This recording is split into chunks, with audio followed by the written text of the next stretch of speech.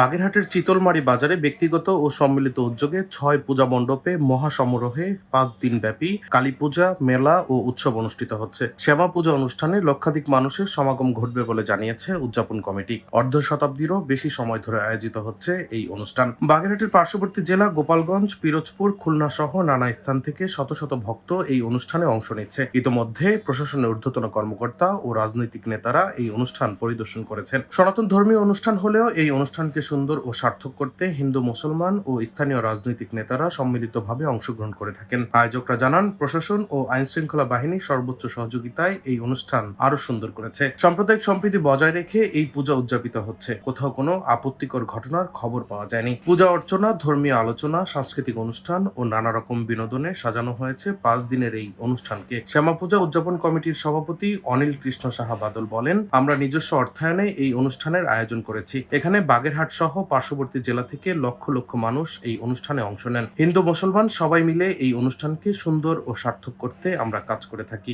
আমাদের এই পূজা বিগত 50 বছর ধরে হয়ে আসতেছে। আমরা পূজাটা সম্পূর্ণভাবে খুব ভালো আকারে পূজাটা করতে পারি। আজ পর্যন্ত কোনোদিন কোনো বিঘ্ন ঘটেনি। আমরা সরকারি সাহায্য সহানুভূতি ছাড়াই আমরা পূজা করি।